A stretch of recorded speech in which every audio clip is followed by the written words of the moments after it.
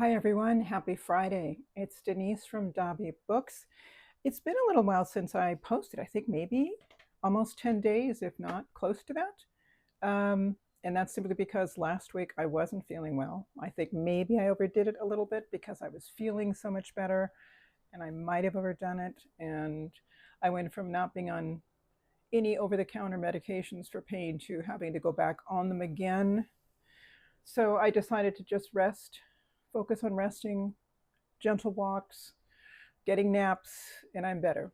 So, which of course did not give me a lot of time to read because sitting and reading is not something I was able to do. Lying down and reading doesn't really happen for me, so I haven't done a lot in that department. But I have had this idea that I wanted to share with you about Historathon, and this is something that would apply to all 4 quarters. And that is something I think I mentioned in my original Historathon video, that as I study these pile of possibilities that I went through with everyone, that I was contemplating also incorporating some art and architectural history, some math history, and some science history, dabbling here and there. I didn't really know which books I was going to use, how much I was going to include. I just thought that would be something good to do because history is everything, isn't it? History is math, it's literature, it's science. History is everything.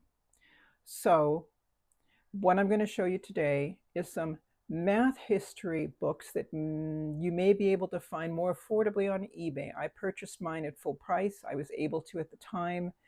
There are 3 different ones, and I'm going to show you later on in this video how they're broken down, how they differ. I'm going to give an example of the table of contents on each one and what makes each one a little more unique than the other. Right now, I'm just going to show you the front covers of the books themselves. The first one is A History of Mathematics. This is the 3rd edition by Uta Merzbach and Carl Boyer, with a foreword by Isaac Asimov. So if any of you are fans of him, this might be a nice little perk. And this is published by Wiley, John Wiley and Sons, Inc., and it was published in 2011. So this will be the first one that I'll review with you.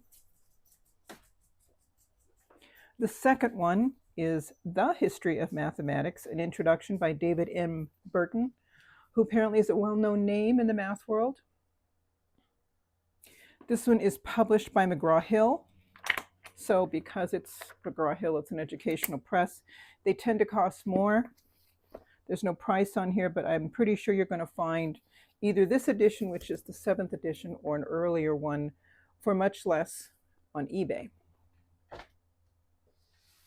And the last one that I'll review with you is A History of Mathematics, an introduction by Victor Katz, another well-known name in the math world.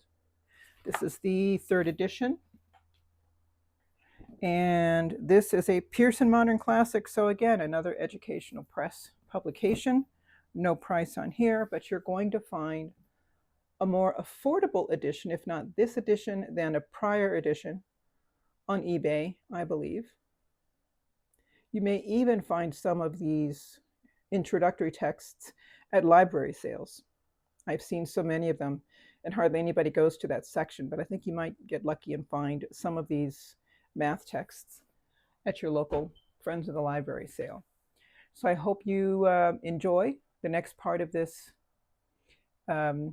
video, where I show you a little more in depth about each book. Okay, so our first book is A History of Mathematics by Uta Merzbach and Carl B. Moyer. And it's interesting, this one has a foreword by Isaac Asimov. So for you fans out there, this might be a nice treat. This is from Wiley Press, John Wiley and Sons, Inc., and this was published in 2011. It's the most recent version. And what you'll find in the table of contents are, it's moving geographically. So ancient Egypt, Mesopotamia, Hellenic traditions. Then we have Euclid, Archimedes of Syracuse, Apollonius. Then we're going into China and India. This Islamic history as well, and the Latin West. So this is moving forward in time, chronologically and geographically. And it's bringing up all the different topics, which we may not necessarily, if we're not big on numbers, we may not necessarily be able to appreciate as well. But there's that. So after we get past the preface, I need to stick something here, guys. Hold on. All right. So how they lay out a chapter. So we're looking at a really, I like this quote. Did you bring me a man who cannot number his fingers? And it's from the Egyptian Book of the Dead. All right, concepts and relationships, early number bases. Then you're getting some images. This is a Dresden Codex of the Maya displaying numbers. I think that's fantastic. Explains, and having used this book for one of my history classes, the history of math, as a matter of fact, we learned how the Mayans symbolized numbers, and it was just a fascinating thing. And we got sample, not word problems, but I guess they call them sentences, problem sentences, and it was really neat. They're showing here the symbols of how they did their numbers. So you'd have a bar, and that had a certain value, and then the dots had another value to it. And of course, this is going into spatial relationships. And now we move into ancient Egypt. And what you may find is that because this is moving in a historically chronological format, that you're able to read along in your Historathon with your other books chosen. You can sort of, I don't know, skim or pick either a particular geographic location or a topic that interests you that you can learn a little bit about during your Historathon year, because this book would apply to all 4 quarters of Historathon, because it goes all the way to 20th century legacies and now the current day. So that's what's great about this book. If you want to look at, this lays kind of flat. Oh yeah, it lays flat well enough. There's your margins, sample of your margins, and the font, and the spacing between the font, which is another factor in deciding which books we want to use or not. So that's that book.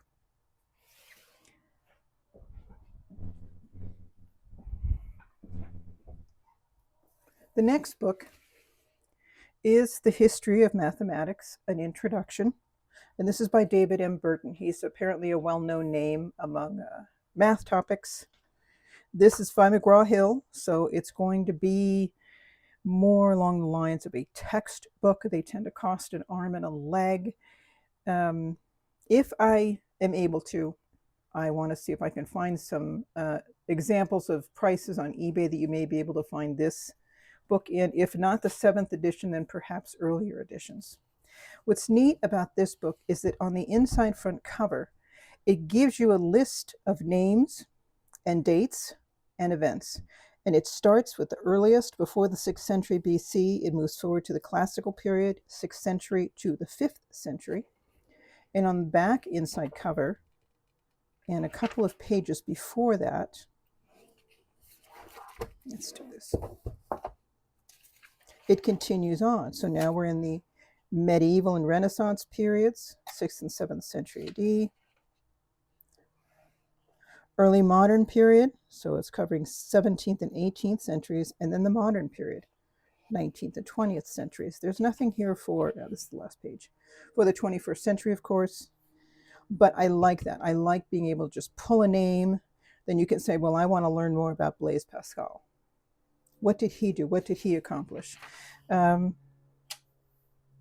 Boethius is right there. That's really cool. So that's a nice, quick go-to reference that you can have with this book. And I'm going to show you here the table of contents. It does move chronologically, historically. The early number systems and symbols, early civilizations, then they go into Greek. Early civilizations, you can see they're covering the Rhine papyrus, Egyptian mathematics, Yeah, Egyptian and Babylonian.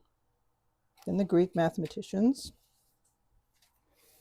The Alexandrian School of Euclid. So this may be offering us more information than the prior book that I showed you.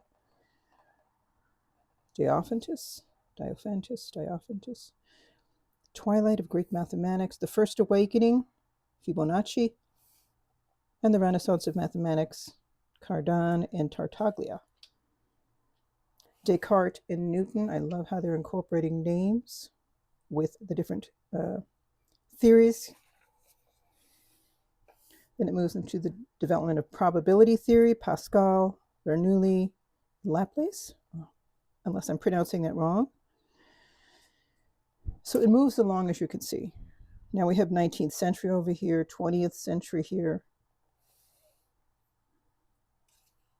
And now if we look at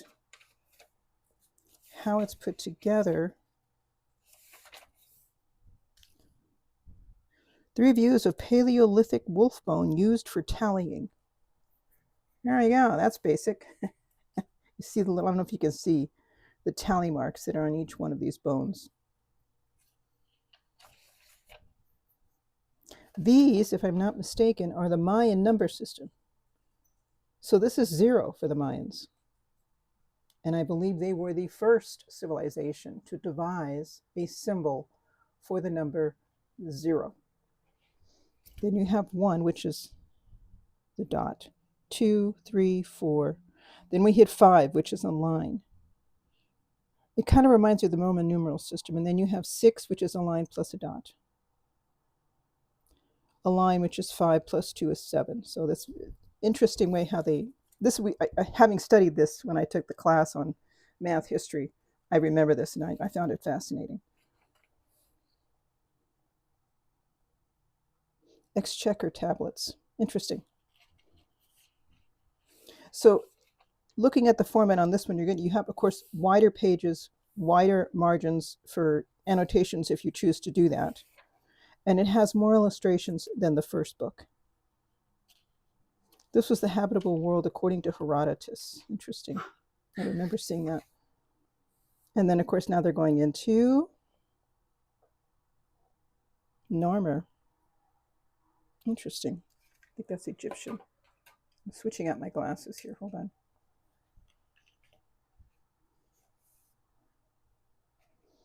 This looks like it's Babylonian, but I could be wrong. But I think this is very interesting. I don't want to get caught up. But now we have, you're seeing all these examples of early mathematics and how it developed over the centuries. And you can pick the section that applies to your current quarter in Historathon and study that entire section, or perhaps just one area that interests you the most.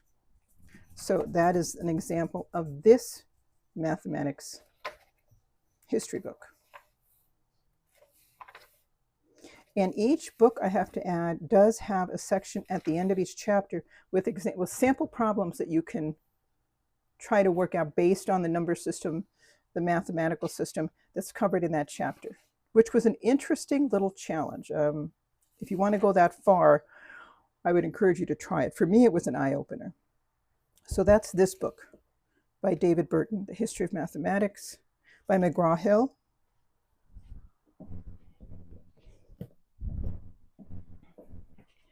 And the last one I'm going to show you is A History of Mathematics, an Introduction by Victor Katz. Again, another well-known name in the math world, and this is a Pearson publication, again, so it's going to be a textbook. It's going to cost more than the average book. Try to find them on eBay first. This, like the previous book, has a chronological list of names and dates. So it's great. You can decide, okay, this is how much I'm covering in Historathon quarter 1, for example. So these are the areas or names I want to choose from to learn more about them. And it continues on the back inside cover. And then going to the table of contents. This one has a little more color to it. This one was published in 2018. And this is the 3rd edition. So now we have, this is broken down a little bit more differently. So in part 1, we're dealing with ancient mathematics. So I think easier in one sense for us doing our Historathon because that's the section we're in, ancient. So we have Egypt, Greece, Mesopotamia.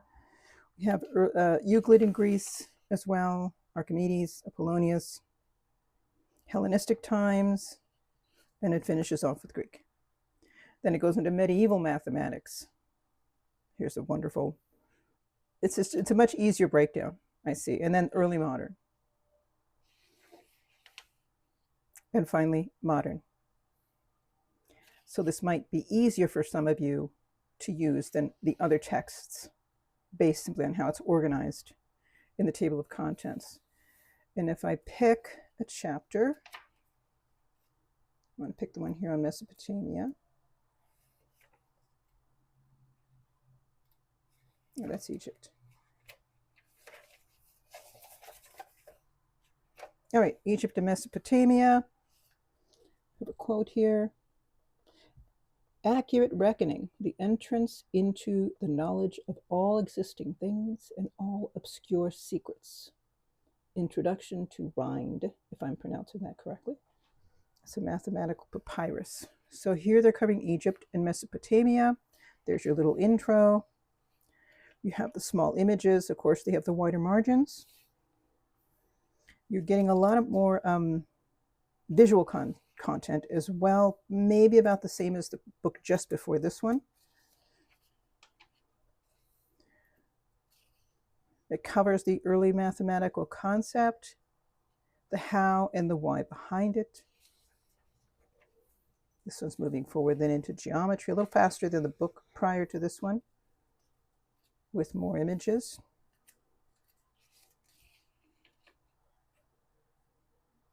Interesting, obverse, reverse. I have a vague memory of what this meant. And then this goes all the way into geometry, square roots, the Pythagorean theorem. And then I believe at the end this also has some sample problems that you can work through based on what you've been learning in this chapter.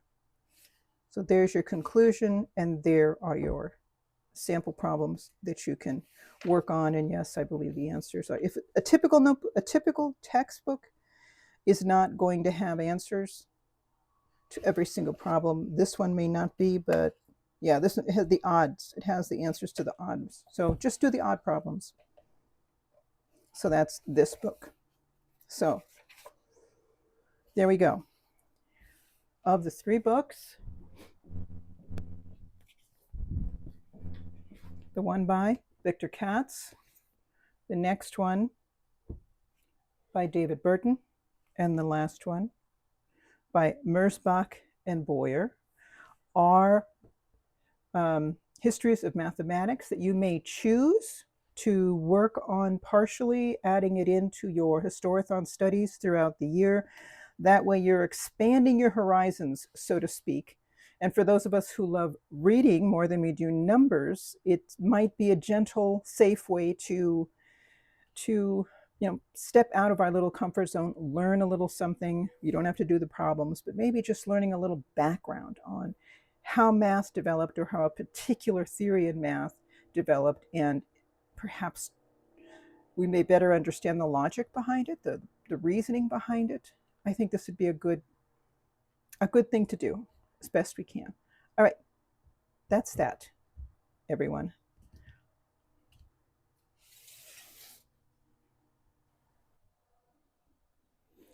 Okay, everyone, I hope you enjoyed that. If you have any questions or suggestions, of course, I would love to hear from you. Please make sure to press like and subscribe if you enjoyed this and you'd like to hear more. In my upcoming videos, I want to cover 1 or 2 art and architecture history books. And in the following video, I want to get into science. And I think I have 1 or 2 science history books that you may be able to use during your Historathon study. So have a great week, everyone, and I'll see you in just a few days. Bye.